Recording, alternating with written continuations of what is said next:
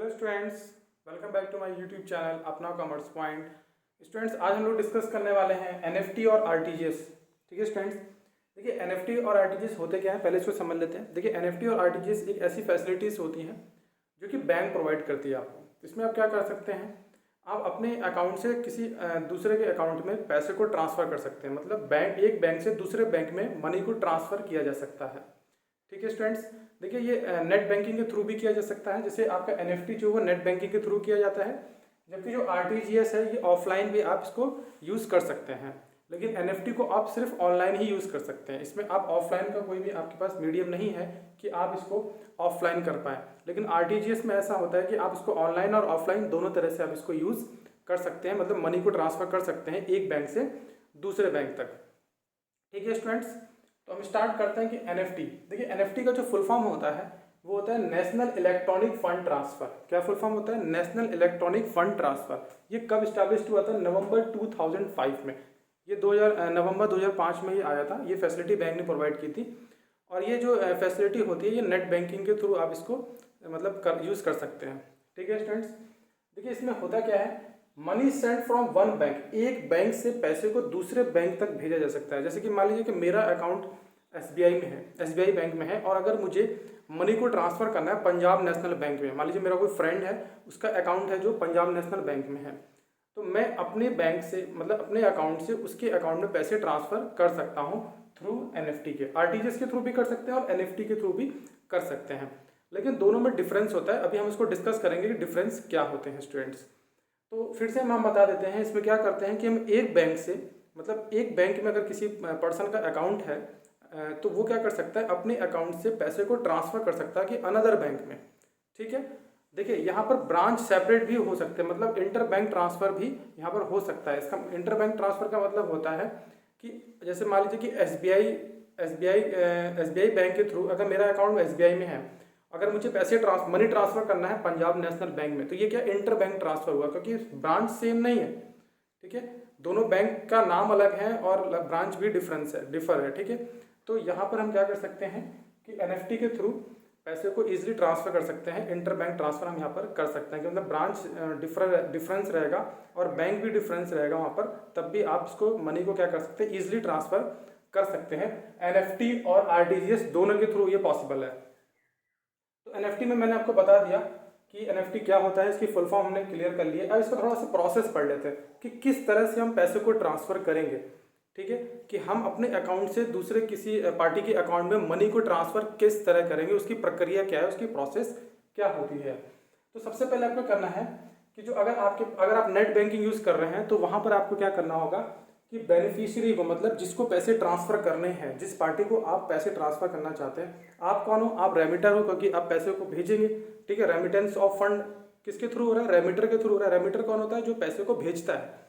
तो आप क्या करेंगे, सबसे पहले नेट बैंकिंग में बेनिफिशियरी को ऐड करेंगे एज अ रिसिपिएंट। ठीक है, उसको आप वहाँ पर एज अ बेनिफिशियरी ऐड करेंगे। ठीक है, जिसको पैसे आप ट्रांसफ़र करेंगे उसको नेट बैंकिंग में जाकर आप वहाँ पर उसे बेनिफिशियरी ऐड करेंगे जिसको पैसे ट्रांसफ़र करने हैं। और ये सब करने के लिए आपको क्या क्या उसकी बैंक डिटेल के बारे में जानकारी होनी चाहिए।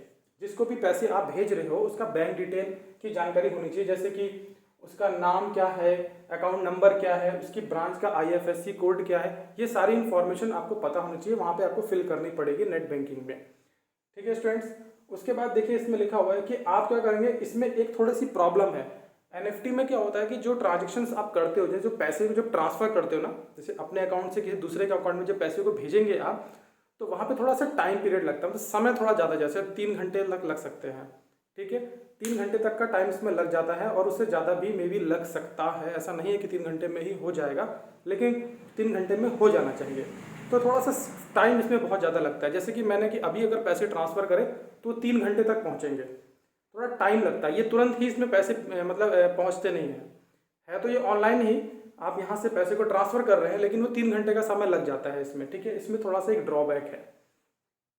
दूसरा क्या होता है इसमें जो हम फंड ट्रांसफ़र करते हैं वो कम से कम 1 रुपये तक ट्रांसफ़र कर सकते हैं। मतलब हम अपने अकाउंट से अपने फ्रेंड के या किसी दूसरे पार्टी के अकाउंट में अगर पैसे ट्रांसफ़र करने हैं तो कम से कम 1 रुपये तक हम ट्रांसफ़र कर सकते हैं और ज़्यादा से ज़्यादा 25 लाख रुपए तक हम ट्रांसफ़र कर सकते हैं। ठीक है, अब इसके टाइमिंग के बारे में पढ़ते हैं। मंडे से फ्राइडे जैसे हम फंड को ट्रांसफर करेंगे उसकी टाइमिंग क्या होती है। मंडे से फ्राइडे जो टाइमिंग है उसकी वो 8 AM to 6:30 PM तक है, मतलब सुबह 8 बजे से 6:30 बजे तक आप शाम तक पैसे एनएफटी के थ्रू ट्रांसफर कर सकते हैं। लेकिन सैटरडे को उसकी जो टाइमिंग है वो थोड़ी सी चेंज कर दी गई है, वहाँ पर है सुबह 8 बजे से लेकर दोपहर के 12 बजे तक ही आप फंड को ट्रांसफर एनएफटी के थ्रू कर सकते हैं। दूसरा इसमें हमने ट्रांजेक्शन अमाउंट और कुछ एनएफटी चार्जेस के बारे में यहाँ डिस्कस कर लेते हैं। जैसे कि अगर आपने 10,000 रुपये, ठीक है, 10,000 रुपये एनएफटी के थ्रू ट्रांसफर किए तो उस पर आपके 2.5 रुपये चार्ज आएंगे प्लस सर्विस टैक्स भी लगेगा। अगर आप 10,000 से 1 लाख तक करते हैं, 10,000 से 1 लाख रुपए तक अगर अमाउंट ट्रांसफर करते हैं थ्रू एनएफटी तो वहाँ पे आपका चार्ज जो आएगा वो 5 रुपये आएगा प्लस सर्विस टैक्स। और 1 लाख से 2 लाख तक अगर आप ट्रांसफर करते हैं फंड को थ्रू एनएफटी तो वहाँ पे आपके 15 रुपये आएंगे एनएफटी चार्जेस और प्लस सर्विस टैक्स लगेगा। और अगर 2 लाख से 5 लाख रुपीज़ ट्रांसफर करते हैं तो वहाँ पे 25 रुपये का एनएफटी चार्जेस लगेंगे और प्लस सर्विस टैक्स लगेगा। और 5 लाख से अगर ज़्यादा करते हैं तो वहाँ पर आपका 25 रुपये आएगा एनएफटी चार्जेस और प्लस आएगा सर्विस टैक्सेस। तो ये था एनएफटी। तो एनएफटी में आपने क्या समझा, एनएफटी में आपने समझा कि एक बैंक अकाउंट से दूसरे बैंक अकाउंट तक आप फंड को इजीली ट्रांसफर कर सकते हैं थ्रू ऑनलाइन। और इसमें जो लिमिट है वो 1 रुपये भी आप ट्रांसफर कर सकते हो और ज़्यादा से ज़्यादा 25 लाख रुपए तक आप इसमें ट्रांसफर कर सकते हैं। दूसरा एक चीज़ इसमें और थी कि इसमें थोड़ा सा टाइम ज़्यादा लगता है, थोड़ा सा टाइम कंज्यूम होता है, इसमें टाइम स्पेंड होता है आपका ज़्यादा, मतलब जैसे कि 3 घंटे तक आपके इसमें लग जाते हैं फंड को ट्रांसफ़र होने में। बस एक थोड़ा सा ये ड्रॉबैक इसके अंदर है। और दूसरा ड्रॉबैक ये है इसके अंदर कि इसमें जो फंड को ट्रांसफ़र करने की एक लिमिट बना दी गई है, मतलब 25 लाख रुपए तक ही आप फंड को ट्रांसफ़र कर सकते हैं, उससे ज़्यादा आप फंड इसमें ट्रांसफ़र एनएफटी के थ्रू नहीं कर सकते हैं। अब हम बात करते हैं दूसरा हमारा आरटीजीएस। देखिए स्टूडेंट्स, आरटीजीएस क्या होता है, इसकी फुल फॉर्म होती है रियल टाइम ग्रॉस सेटलमेंट। ठीक है, रियल टाइम ग्रॉस सेटलमेंट मतलब इसका सबसे ज़्यादा फायदे वाली बात ये होती है कि जितना भी पैसा आप इसमें से ट्रांसफ़र करते हैं वो तुरंत ट्रांसफ़र हो जाता है। यहाँ जैसे आपने यहाँ से मतलब बटन प्रेस किया, जैसे आप ऑनलाइन ट्रांसफ़र कर रहे हैं तो जैसे ही आपने बटन प्रेस किया यहाँ पे वो तुरंत ही वहाँ दूसरे के अकाउंट में ट्रांसफ़र हो जाता है। ठीक है, इसमें भी आप क्या करते हैं, एक बैंक अकाउंट से दूसरे बैंक अकाउंट में फंड ट्रांसफ़र करते हैं। इसमें भी inter banking transfer facility available होती है, इंटर बैंक ट्रांसफ़र इसमें भी हो सकता है। और इसमें जो भी फंड ट्रांसफ़र होता है वो इमीडिएटली ट्रांसफ़र हो जाता है। इसमें ये 2 घंटे 3 घंटे से एनएफटी में लगते हैं, वैसा इसमें कोई टाइम नहीं लगता, यहाँ पे तुरंत ही पैसा आपका पहुँच जाता है। इसमें देखते हैं प्रोसेस देखिए एनएफटी में जब आप फंड को ट्रांसफर करेंगे तो ये 2 प्रोसेस तो आपकी वैसे ही होंगी, जैसे कि आरटीजीएस में जब फंड ट्रांसफर करेंगे तो एनएफटी की तरह 2 प्रोसेस होंगे। सबसे पहले आपको नेट बैंकिंग में बेनिफिशियरी को ऐड करना होगा, जिसको भी आप पैसे ट्रांसफर करेंगे वो आपका बेनिफिशियरी होता है, आपको नेट बैंकिंग में उसको ऐड करना होगा। उसके बाद आपको उसकी बैंक डिटेल आपको पता होनी चाहिए, उसी के थ्रू आप उसको ऐड कर पाएंगे। उसके बाद आपको क्या करना है, एनएफटी में जो मिनिमम अमाउंट होता है वो 2 लाख रुपए होते हैं। इसमें एक देखिए डिफरेंस यही है कि इसमें टाइम ज़्यादा लगता है, इसमें टाइम कम लगता है फंड ट्रांसफर करने में, लेकिन इसकी जो लिमिट है 1 रुपये भी आप ट्रांसफर कर सकते हैं और ज़्यादा ज़्यादा 25 लाख रुपए तक ट्रांसफर कर सकते हैं। लेकिन आरटीजीएस में क्या होता है, आरटीजीएस में कम से कम आपको 2 लाख रुपए ट्रांसफर करने होंगे, उससे कम तो ये बात ही नहीं होती। इसमें आपको कम से कम 2 लाख रुपये से स्टार्ट करना होगा, कम से कम 2 लाख रुपये आप ट्रांसफर कर सकते हैं, उसके नीचे आप ट्रांसफर नहीं कर पाएंगे आरटीजीएस में।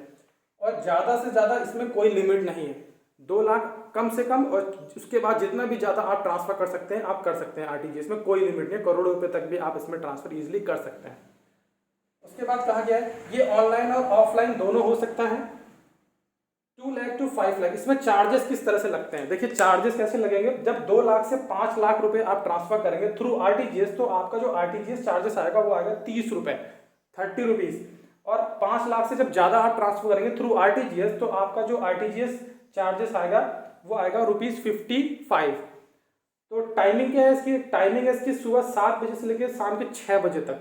ठीक है, और इंटर बैंक जो ट्रांसफ़र होते हैं उसकी जो टाइमिंग है वो सुबह 7 बजे से शाम के या रात के 7:30 बजे तक इसकी टाइमिंग दी गई है इंटर बैंक ट्रांसफ़र में। ठीक है स्टूडेंट्स, तो आई होप आपको दोनों समझ में आ गए होंगे कि एनएफटी क्या है और आरटीजीएस क्या है। दोनों ही एक तरह से फंड को ट्रांसफर करने के लिए यूज़ किए जाते हैं कि एक बैंक से दूसरे बैंक में फंड को ट्रांसफर किया जा सके। लेकिन कुछ इसमें अच्छी बातें हैं, कुछ इसके अंदर भी अच्छी बातें हैं, लेकिन कुछ इसके अंदर कमियां हैं और इसके अंदर भी कुछ कमियां हैं। आरटीजीएस में सबसे बड़ी कमी यही है कि इसकी जो लिमिट है, मिनिमम लिमिट, वो 2 लाख रुपीज़ से स्टार्ट होती है। मतलब इसमें आप 2 लाख रुपए से ही स्टार्ट कर सकते हैं, उसके नीचे आप ट्रांसफर नहीं कर सकते। एनएफटी में क्या है, एनएफटी में आप 1 रुपये भी ट्रांसफर कर सकते हैं, और इसमें 2 ड्रॉबैक आ जाते हैं। इसकी लिमिट जो है 25 लाख तक है, लेकिन थोड़ा सा टाइम कंज्यूम है, टाइम इसमें लगता है 3 घंटे लग जाते हैं फंड को ट्रांसफर होने में। ठीक है स्टूडेंट्स, तो ये था डिफरेंस एनएफटी और आरटीजीएस का। आई होप आपको वीडियो बहुत अच्छा लगा होगा हमारा, तो प्लीज़ हमारे वीडियो को चैनल को सब्सक्राइब करें, वीडियो को लाइक एंड शेयर करें। Thanks everyone.